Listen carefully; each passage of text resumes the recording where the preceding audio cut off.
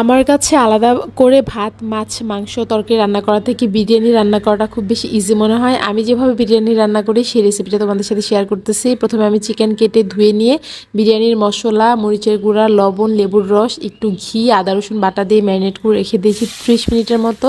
টক দই নেই, এজন্য আর টক দই দিইনি, থাকলে দিতাম। আর এদিকে আমি বেরেস্তা করে নিচ্ছি পেঁয়াজের। আর আমি চাউলটাকেও ভিজিয়ে রেখেছি, পোলাওয়ের চাল যেটা, সেটাকে বেরেস্তাটাকে আমি সুন্দর করে ভেজে তুলে নিচ্ছি। এরপরে আমি যেই চিকেনটা ম্যারিনেট করে রেখেছিলাম ওইটাকে আমি এখন সুন্দর করে কষিয়ে ফেলবো। এদিকে যে বেরেস্তা করে রেখেছিলাম ওইটা আর কাজু বাদাম একসাথে আমি ব্লেন্ড করে নিয়ে ওইটাও আমি দিয়ে দিব। এখন আমি মাংসটাকে আরেকটু জল দিয়ে সুন্দর করে কষিয়ে নিব। যাতে এইটা আমি মিডিয়াম টু হাই হিটে করব, কারণ আমি একদম অল্প আঁচে করব না, যাতে মাংসটা খুব সেদ্ধ হয়ে যায়। এরপরে আমি আলু বোখারা দিব, আমার কাছে অনেক বেশি ভালো লাগে। এদিকে চালটা অনেকক্ষণ ভিজিয়ে রাখাতে এটা কিন্তু অলরেডি অনেকটাই নরম হয়ে গেছে। তো ভালোভাবে চালটাকে দিয়ে আমি